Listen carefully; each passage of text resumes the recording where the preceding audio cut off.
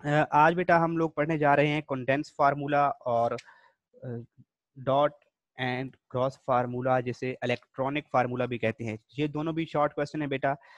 इनको डेफिनेशन को स्टडी करने से पहले मैं जरा व्हाइट बोर्ड स्क्रीन पे जाते हैं हम बेटा। अच्छा, ये बेटा आपके सामने एक फार्मूला नजर आ रहा है आपको C2H6 का। ये है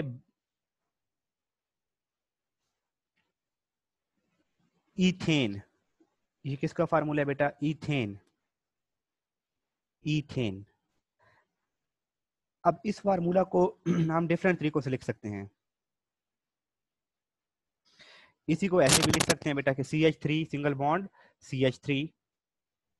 याद रखेंगे बेटा हमेशा कि एक कार्बन मैक्सिमम 4 बॉन्ड्स बनाता है। याद रखेंगे बेटा कि एक कार्बन मैक्सिमम 4 बॉन्ड बना सकता है। तो ये एक्चुअली कार्बन ऐसे है ना, उसने 3 हाइड्रोजन के साथ बॉन्ड बनाए हुए हैं और चौथा बॉन्ड दूसरी कार्बन के साथ बनाया हुआ है। तो ये दूसरा स्ट्रक्चर, यानी कि उसी इथेन को हम इस तरह से भी बना सकते हैं। थर्ड बेटा उसकी पॉसिबिलिटी ऐसे है कि हम हाइड्रोजन को भी अलग अलग बॉन्ड से रिप्रेजेंट करें, जैसे हमने ये तीसरे स्ट्रक्चर में इसको रिप्रेजेंट किया है। और चौथी पॉसिबिलिटी है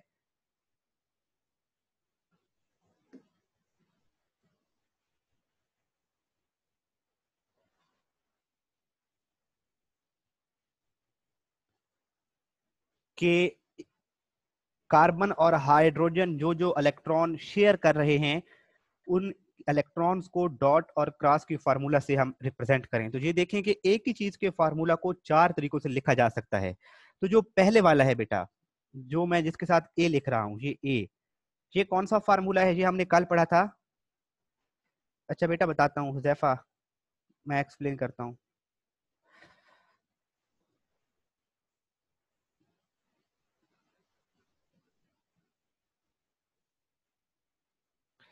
बेटा जो ए फार्मूला है ना, देखें जिसके साथ मैंने ए लिखा है बिल्कुल left right left top corner पर, C2H6, ये जो सब्सटेंस है बेटा इसका नाम है इथेन। ये एक ही चीज है C2H6, और उसका नीचे फार्मूला देखें तो उसको कैसे लिखा है कि CH3 सिंगल बॉन्ड CH3, इसको यानी कि उसी C2H6 को ऐसे भी लिखा जा सकता है।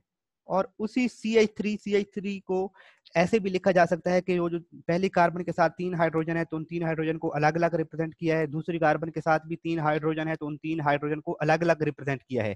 तो अब आपको पता है कि ये क्या करते हैं, एक एक इलेक्ट्रॉन शेयर करते हैं। देखिए ना अगर बेटा कि इस कार्बन के वैलेंस शेल में 4 इलेक्ट्रॉन है, इसको अपना ऑक्टेट मुकम्मल करना है तो ये 4 हाइड्रोजन के साथ अपना एक एक इलेक्ट्रॉन क्या करता है बेटा, शेयर करता है। तो ये हाइड्रोजन के इलेक्ट्रॉन को क्रॉस से रिप्रेजेंट कर देते हैं हम। तो इस तरह से ये 2 इलेक्ट्रॉन, ये 2 इलेक्ट्रॉन, ये 2 इलेक्ट्रॉन, और ये एक इलेक्ट्रॉन इधर शेयर करता है कार्बन के साथ। तो इस तरह से हम क्या कर सकते हैं कि कार्बन और हाइड्रोजन के जो इलेक्ट्रॉन शेयर हो रहे हैं उनको डॉट एंड क्रॉस की शक्ल में भी रिप्रेजेंट कर सकते हैं। तो ये बेटा ओवरऑल टाइप्स के फार्मूला हैं। जो ए टाइप जिसके साथ लिखा है ए लिखा है, दैट इज मॉलिक्यूलर फार्मूला, यानी कि जो सिर्फ हमें सिर्फ और सिर्फ ये बताता है कि मॉलिक्यूल के अंदर कौन सी चीज के कितने एटम्स हैं। C2H6 इट मींस इसमें 2 कार्बन है और 6 हाइड्रोजन है। ये जिसके साथ सी लिखा है नीचे बेटा,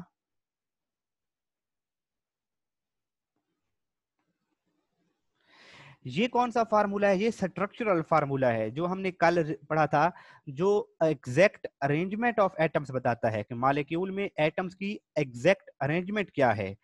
जो बी है बेटा, इसके साथ मैं बी लिख रहा हूं, ये जो बी वाला फार्मूला है इसे कहते हैं कॉन्डेंस्ड फार्मूला। ये क्या है बेटा? Condensed formula. कि ये डिफरेंट ग्रुप्स कॉन्डेंस्ड फॉर्म में, ये एक कॉन्डेंस्ड ग्रुप और ये दूसरा कॉन्डेंस्ड ग्रुप। ये नीचे वाले CH3 को हमने इधर स्ट्रक्चर की फॉर्म में लिखा था, इसको अगर कंडेंस करके लिखें तो ये वाला फार्मूला बनता है जिसके साथ बी लिखा है बेटा, दैट बिकम्स कंडेंस्ड फार्मूला।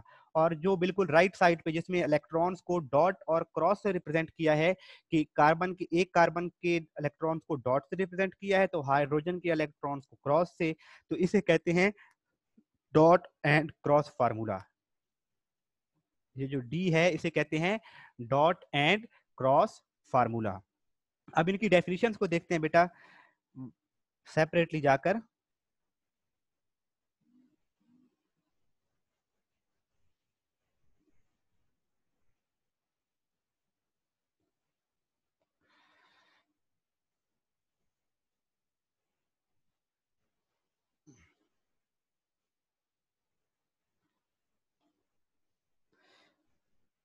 अच्छा एक मिनट बेटा, कंडेंस फार्मूला क्या है? कंडेंस फार्मूला बेटा चौधरी हुजैफा बेटे, अभी हम इसको देखते हैं ना, डेफिनेशन पढ़ते हैं, तो फिर वहां से आपको हो जाएगा, होपफुली क्लियर हो जाएगा।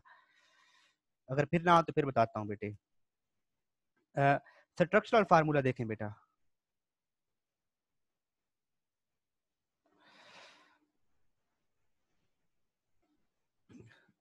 स्ट्रक्चरल फार्मूला तो हो गया था, सॉरी। कंडेंस फार्मूला देखें बेटा, डेफिनेशन मार्क करने लगे हैं बेटा कि the formula that indicates the groups of atoms join together to each carbon atom in a straight chain or a branch chain is called condensed formula। अगर देखें ना बेटा, ऊपर उसने स्ट्रक्चर बनाया है ब्यूटेन का, कि ब्यूटेन का फार्मूला होता है बेटे C4H10। तो इसमें कौन कौन से ग्रुप्स कैसे कैसे अटैच होते हैं बेटा? इसमें एक ग्रुप है बेटा CH3 single bond, CH2 single bond, CH2 और सिंगल बॉन्ड CH3। तो इधर हमने क्या बताया कि कौन एक कार्बन के साथ जितने जितने भी जो जो भी एटम लगे हुए हैं उनको हमने कंडेंस्ड करके लिखा है। वैसे कंडेंस का मतलब क्या होता है? इकट्ठा होना। कंडेंस का मतलब होता है इकट्ठा होना। तो ये CH2, ये CH2 और ये CH3। तो ये हमने बता रहे हैं कि ये atoms join together to each carbon atom, इनको मैंने सर्कल कर दिया बेटा। तो कंडेंस फार्मूला क्या इंडिकेट करता है कि atoms join together to each carbon atom, और उनको हम कंडेंस फॉर्म में लिखते हैं। तो formula that indicates groups of atom, formula that indicates groups of atoms join together to each carbon atom in a straight chain और in a branch chain. कि straight chain में भी हो सकती है और ऊपर ब्रांच चेन में भी हो सकता है। ऊपर वाला स्ट्रक्चर देखे ना बेटा, मैं इसको एक भी रेस कर रहा हूं।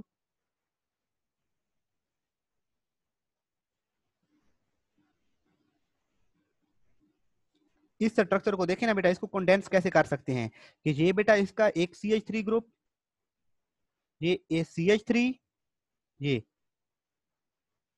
ये कौन सा ग्रुप बन जाएगा बेटे? CH, और इसके साथ क्या लगा हुआ है? CH3। इधर नीचे क्या लगा हुआ है? CH3। और ये ग्रुप कौन सा है? इसके साथ CH3। तो ये जो कंडेंस फॉर्म में बेटा हम स्ट्रक्चर बनाते हैं, इसे कहते हैं, इस फार्मूला को कहते हैं कंडेंस फार्मूला। ठीक है बेटा, अब समझ आ गई चौधरी हुजैफा बेटे? बाकी बच्चों को भी इसकी समझ आ गई बेटा कंडेंस फार्मूला की?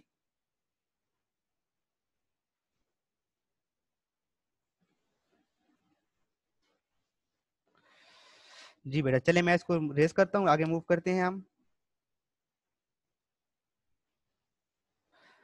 ये कंडेंस फार्मूला की बेटा नीचे दो एग्जांपल्स दी हुई हैं, एक कर लेंगे, एक दो में से कोई सी भी एक एग्जांपल कर लें।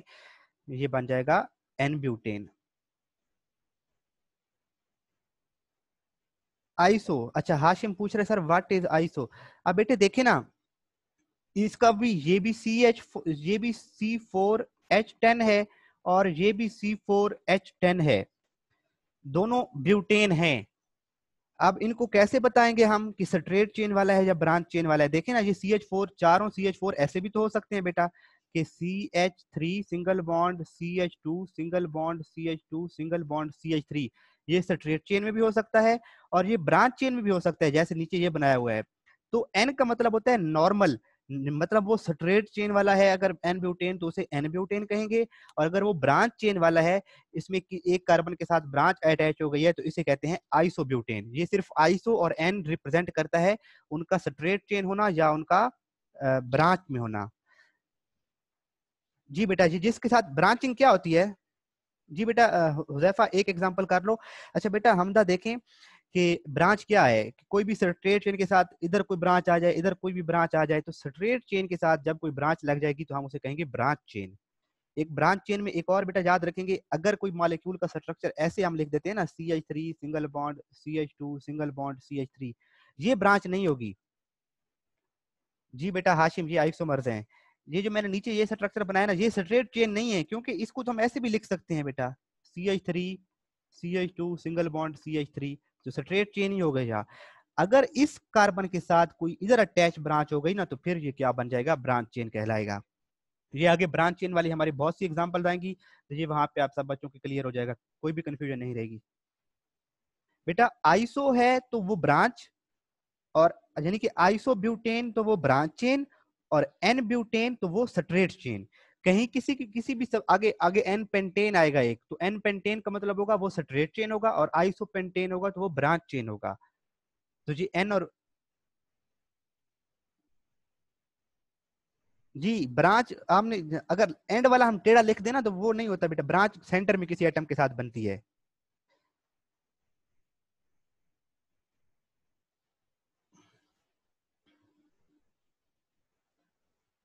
जी बेटा हम तो ऐसे ही है।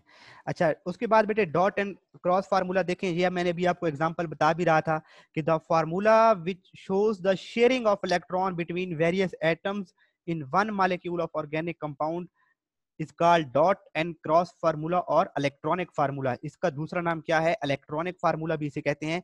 और ये देखें बेटा कि किस तरह से हमने उनके electrons co dot and cross की शक्ल में बताया है। तो देखें पहले वाले में जिसको मैंने सर्कल किया है, इसके अंदर है 3 कार्बन है, तो 3 कार्बन वाले को कहते हैं प्रोपेन,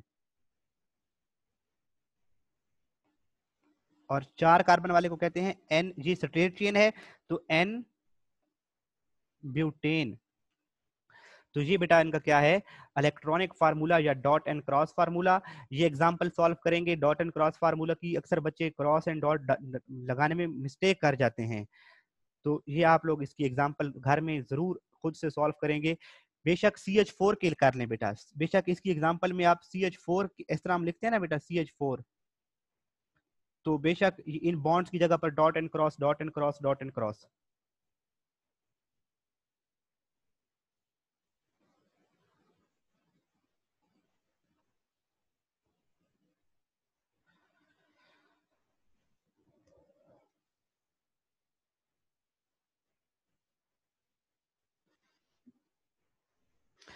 क्लियर है बेटा, ये जो टाइप्स ऑफ फार्मूलाज थे ये आप लोगों को क्लियर है, अब आगे मूव करें हम, मुझे बता देंगे बेटा जहां तक क्लियर है तो। बाकी बच्चे जरा मैं देखूं, लेट मी चेक कौन कौन क्लास में मौजूद हैं। कुरतुलैन बेटा क्लियर है आपको, बताएं। ईशा, आप सबसे पहले क्लास को हमेशा आप ही ज्वाइन करती हैं, उसके बाद आपको कोई रिस्पॉन्स नहीं आता क्लास में, बहुत कम। अलीशबा क्लियर है बेटा, आप बताएं।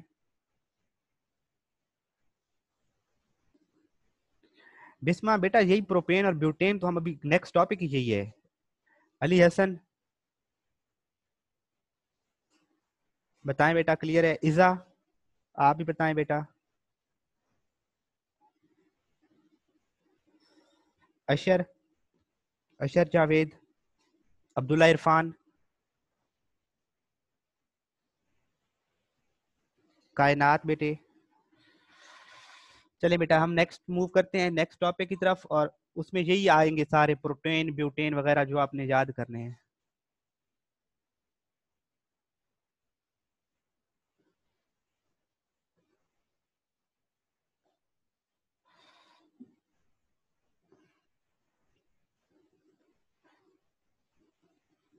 बिलाल नदीम बेटा, ये इनकी डेफिनेशन याद करनी है और इनके फार्मूलाज लिख के प्रैक्टिस करने हैं, तभी याद होंगे, अदरवाइज कंफ्यूजन हो जाती है। बेटा शाजिल, मैं यही अभी बता रहा था, अभी आपसे पूछने से पहले कुछ बच्चों ने पूछा है, शायद आपकी कंसंट्रेशन नहीं थी, कि आइसो और एन का मतलब है, अगर एन आ जाता है तो वो स्ट्रेट चेन है। अगर आप स्ट्रक्चर देखें ना, स्ट्रेट चेन अगर होगा ना, एक ही लाइन सीधी लाइन में अगर एटम्स जुड़े हुए हैं तो उन्हें कहते हैं एन। और अगर ब्रांचिंग कहीं पे इन्वॉल्व हो जाए तो उसे कहते हैं, अगर ब्रांचेस इन्वॉल्व हो जाए तो उसे कहते हैं एन ब्यूटेन। ये हम आगे हमारी काफी डिटेल के साथ एन और आइसो और नियो भी आएगा तो उनकी एग्जांपल। फार्मूला देखे ना बेटा, आपको जो भी इजी लगता है बस एक एक फार्मूला डेफिनेशन के साथ एटलीस्ट एक एक फार्मूला अच्छे से याद रखें हुजैफा।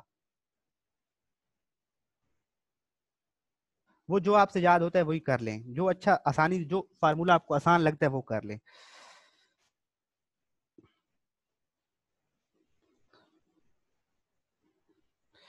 अच्छा बेटा, ये बेटा टेबल आपके सामने अब शो हो रहा है। ये टेबल हमें नेक्स्ट टॉपिक्स में याद करने में बहुत हेल्प करेगा, तो ये आप लोगों ने याद करना है, ये टेबल आप लोगों ने याद करना है। सबसे पहले तो बेटा आप इनके ना नाम याद रखेंगे तरतीब के साथ, कि पहला है बेटा मीथेन, फिर दूसरा इथेन, प्रोपेन, ब्यूटेन, फिर 5 से पेंटेन, 6 से हेक्सेन, 7 से हेप्टा से हेप्टेन, ऑक्टा 8 से ऑक्टेन, नौनेन और डेकेन।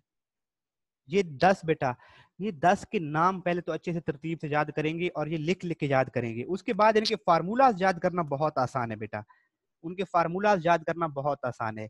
कि इसका बेटा इनका जनरल फार्मूला होता है कि CN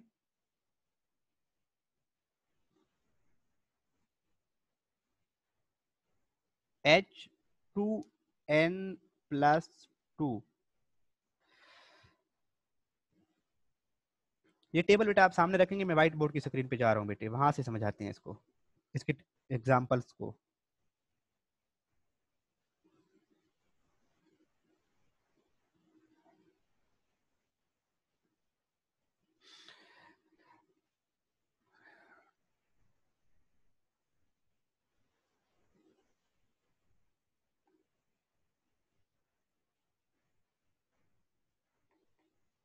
बेटा इनका जनरल फार्मूला होता है CnH2n+2। अब ये नाम जब आप याद कर लेंगे ना बेटा, अगर C1 हो, C क्या हो बेटा 1। अच्छा बेटे अलीजा पूछ रही हैं सर साइक्लोब्यूटेन और साइक्लोहेक्सेन क्या होते हैं। तो साइक्लो जहां पे इन्वॉल्व हो जाए तो वो एक क्लोज स्ट्रक्चर बन जाता है, रिंग स्ट्रक्चर बन जाता है। तो अगर 4 कार्बन इस तरह से बेटा मौजूद हो ना, इधर कार्बन कार्बन कार्बन, और वो रिंग स्ट्रक्चर बना दें, उसे साइक्लोब्यूटेन कहते हैं। और अगर 6 कार्बन इस तरह से रिंग बना दें बेटा, ये कॉर्नर्स पे रिंग होती हैं, सॉरी कॉर्नर पे कार्बन होती है, तो इसे कहते हैं साइक्लोब्यूटेन। अभी उधर ना जाएं बेटा, उस कंफ्यूजन में ना पड़े अभी आप। अभी ये देखें कि आपने ये इनके फार्मूलाज याद कैसे करने हैं ब्यूटेन वगैरह के। अच्छा देखें बेटा, अगर N एक हो तो इसमें हाइड्रोजन कितने होंगे, ऊपर फार्मूला में N की जगह पे 1 पुट करें बेटा, तो 2 1 जार 2 + 2, तो C1, तो H कितना आएगा साथ में बेटा 4। अगर कार्बन 2 हो, अगर कार्बन 2 हो तो हाइड्रोजन कितने आएंगे बेटा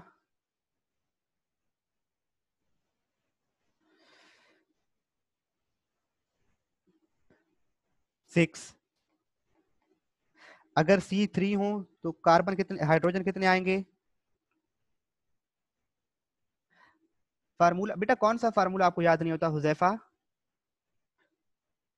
तो ऐसे ही बेटा ये ना, इनके जब आपने एक बार इनकी सिर्फ आपने तरतीब के साथ नाम याद कर लेने हैं कि मीथेन पहला, जिस मीथेन में एक कार्बन, ये है बेटा मीथेन। उसके बाद दूसरा है ईथेन, फिर है बेटा प्रोपेन, फिर जिसमें C4 और इसमें H कितने हो जाएंगे,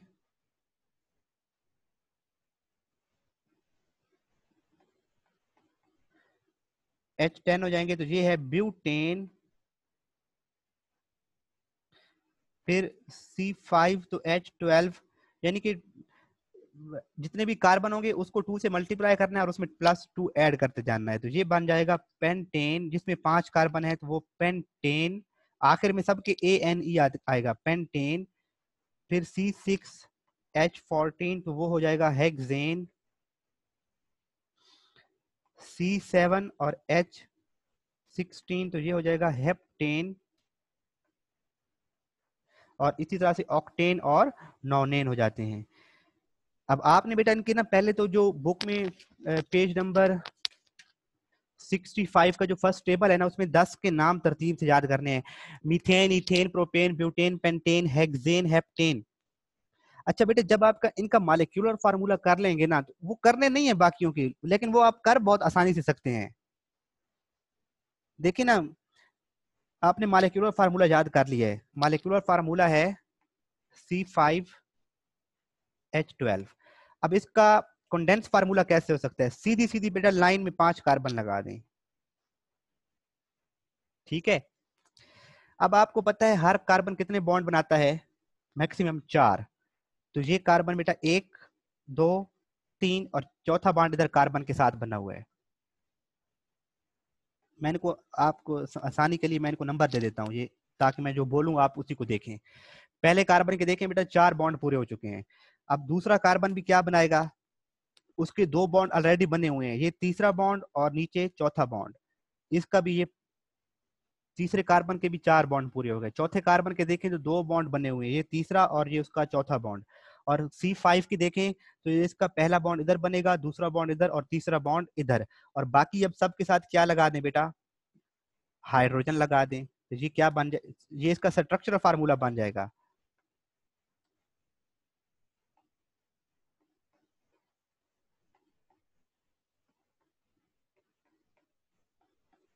और स्ट्रक्चरल फार्मूला बना लिया है तो उससे आप क्या बना सकते हैं इसका बेटा? कंडेंस फार्मूला बना सकते हैं कि ये पहला ग्रुप क्या है बेटा? CH3 single bond, CH2 single bond, CH2 single bond, CH2 single bond, CH3। तो ये उसका क्या बना लिया? कंडेंस फार्मूला भी बना लिया और स्ट्रक्चरल फार्मूला भी बना लिया। अगर बुक में देखें तो अब देखें ना ये लेंथी हो जाते हैं। तो उसने क्या किया है? उसने किया है बेटा कि CH3 सिंगल बॉन्ड, CH2 और ये कितने CH2 ग्रुप हैं? 3 है, तो इसके साथ इधर लिख सकते हैं 3 और इसको बना देते हैं ऐसे। तो इसको शॉर्ट फॉर्म में ऐसे भी लिखा जा सकता है।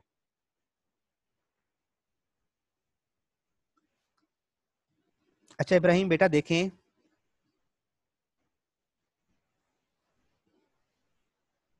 आपको स्ट्रक्चर मैंने ऊपर जो बनाया है स्ट्रक्चर C5H12 का जो स्ट्रक्चर बनाया है, इसकी समझ आई है?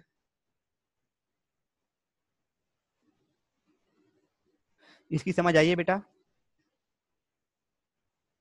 बाकी बच्चे भी बताए C5H12 का जो मैंने स्ट्रक्चर बनाया है उसकी समझ आई है? जी बेटा। अब नीचे देखें इसका। ओके, कंडेंस फार्मूला कैसे बनेगा? तो ये पहला स्ट्रक्चर देखें बेटा, ये कौन सा ग्रुप लगा हुआ है? 1 मिनट, ये कौन सा ग्रुप है? CH3, ये लिख दिया CH3। ये कौन सा ग्रुप है? CH2, ये लिख दिया CH2। ये नेक्स्ट कौन सा है? CH2। ये नेक्स्ट भी इसी तरह से, ये भी CH2 और ये CH3। तो कंडेंस फार्मूला बन गया, स्ट्रक्चरल फार्मूला से कंडेंस फार्मूला बन गया। एक और एग्जांपल करते हैं इसी तरह से हम हेक्सेन और हेप्टेन कर लेते हैं बेटा। हेप्टेन जिसका फार्मूला है, अब हेप्टेन में 7 कार्बन होते हैं, तो हाइड्रोजन कितने होंगे? 7 2s आर 14 प्लस 2 16।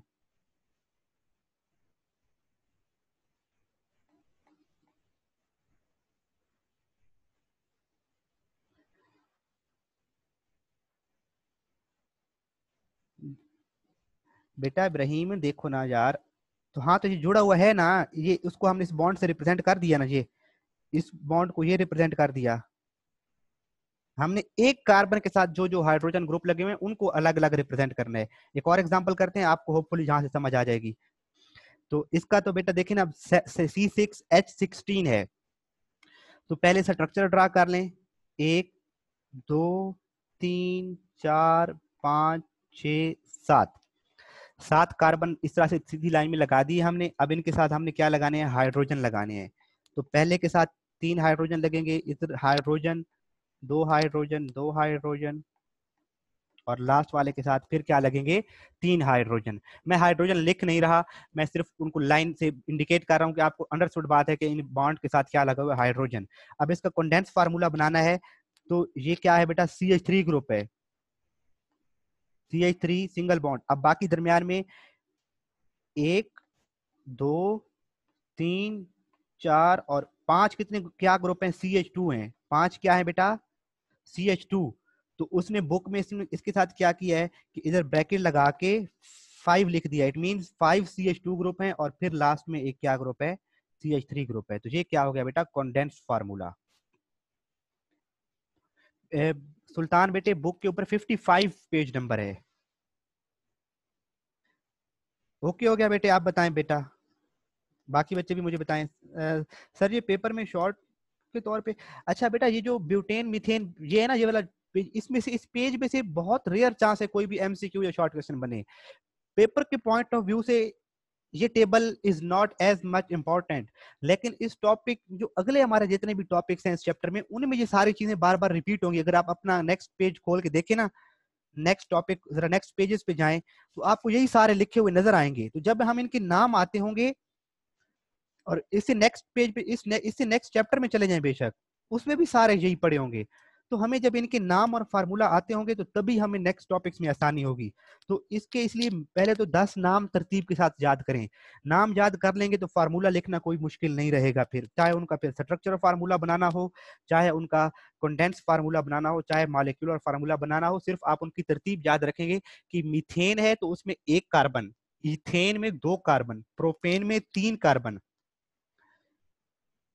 नाम याद रखने का बेटा वैसे तो कोई ट्रिक ही नहीं है, ये रट्टा ही लगाना है। प्रोपेन ब्यूटेन से आगे तो बेटा वैसे ही पेंटेन का मतलब होता है, पेंटा से निकला है 5, हेक्सा 6 होता है, हेप्टा 7 होता है, ऑक्टा 8 होता है, नोनेन और डेकेन 9 10 से, तो पहले 3 के नाम रट्टा लगा लें, बाकी तो वैसे पेंटा हेक्सा हेप्टा वैसे याद करने पड़ेंगे।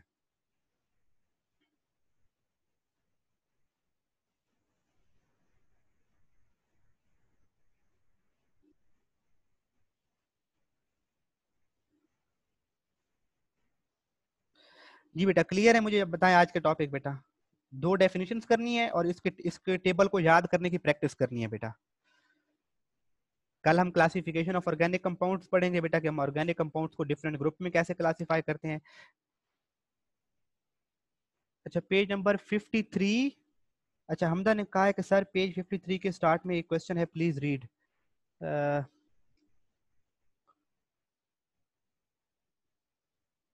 कहाँ पर बेटा, मुझे नहीं, मैं 1 मिनट बुक का पेज शेयर करता हूँ, आप बताएंगे मुझे।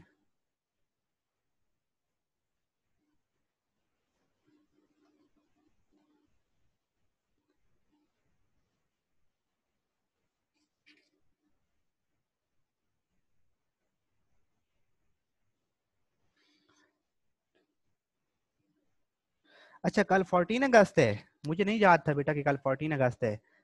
और जो बच्चे है ना जिन्होंने बाजे बजा रहे हैं, बेटा बाजे ना बजाया करें, कोई फायदा नहीं होना। हाँ एंजॉय करें, दोस्तों के साथ घूमे फिरें, लेकिन बाजे बजा बजा कर लोगों के जो घरों में बेचारे पड़ रहे होते हैं, जब मरीज होते हैं तो उनको इरिटेशन होती है, इसका जरूर ख्याल रखें। बेटा मुझे कंफर्म नहीं है, आपको ग्रुप में बता दिया जाएगा। वैसे छुट्टी होती है तो मोस्ट प्रोबेबली छुट्टी ही होगी, लेकिन मुझे तो याद ही नहीं था कि आज कल 14 अगस्त है। अच्छा बेटा हमदा क्या पूछ रही थी आप? हमदा पेज 53। सर कुछ वर्ड्स छोड़ के आगे carbon monoxide and carbon dioxide, अच्छा मैं रीड कर लेता हूँ बेटे कि thousands of new organic compounds are being। अच्छा वैसे बेटा मैंने जहाँ पे एक क्वेश्चन लिखवाया हुआ था, बाकी बच्चों को आप लोगों को कल मिस हो गया था, कि why some carbon compounds are not called organic compounds।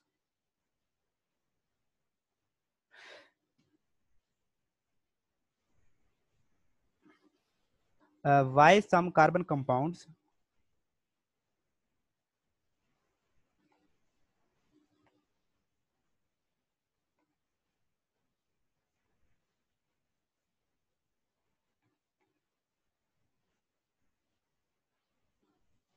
why some carbon compounds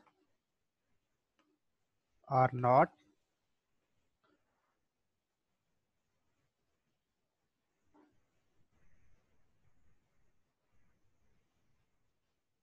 considered as organic। यहाँ पे बेटा एक जो आपको सामने शो है ना बेटा, यहाँ पे एक क्वेश्चन लिख लेंगे। सॉरी इधर नहीं, 1 मिनट,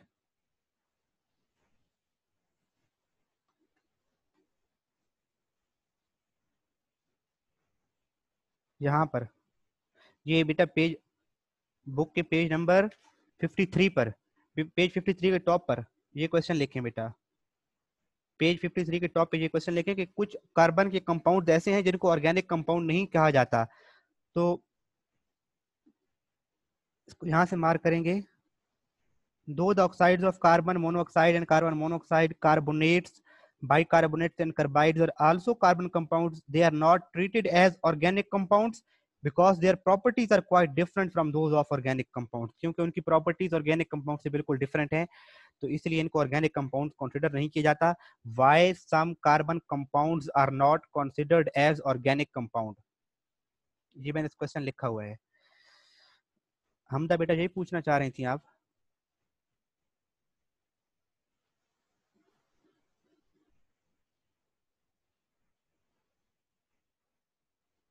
जी बेटा ये क्वेश्चन लिख लेंगे बाकी बच्चे भी कि why some carbon compounds are not considered as organic compound. ये कभी पेपर में आया नहीं है, लेकिन जहां से इससे क्वेश्चन बन सकता है, प्रोबेबिलिटी है, और 3 लाइनों का बेहतरीन शॉर्ट क्वेश्चन वैसे ही बन सकता है। तो ये बेटा हमारा आज का टॉपिक था। आई होप कि आप लोगों को समझ आ रही होगी केमिस्ट्री की अच्छे से। मेरी कोशिश होती है कि किसी बच्चे को कोई अगर कन्फ्यूजन हो तो वो उसको उधर ही दूर किया जाए। तो ये था बेटा हमारा आज का टॉपिक। इंशाल्लाह नेक्स्ट क्लास जब भी होगी, चाहे कल या परसों हो, तो उसमें हम नेक्स्ट टॉपिक्स को स्टार्ट करेंगे बेटा। अगर यहाँ तक कोई क्वेश्चन है तो मुझे बता दें, अगर कोई कन्फ्यूजन या कोई क्वेश्चन नहीं है तो बता दें नो क्वेश्चन, ताकि फिर हम क्लास को एंड कर सकें बेटा।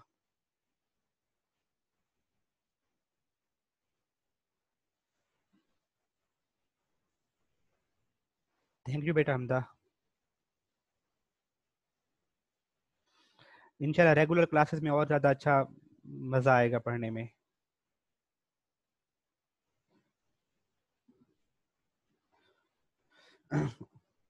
ओके बच्चों, अल्लाह हाफिज़। अपना बहुत सारा ख्याल रखिएगा, दुआओं में याद रखिएगा। अल्लाह हाफिज़ बच्चों।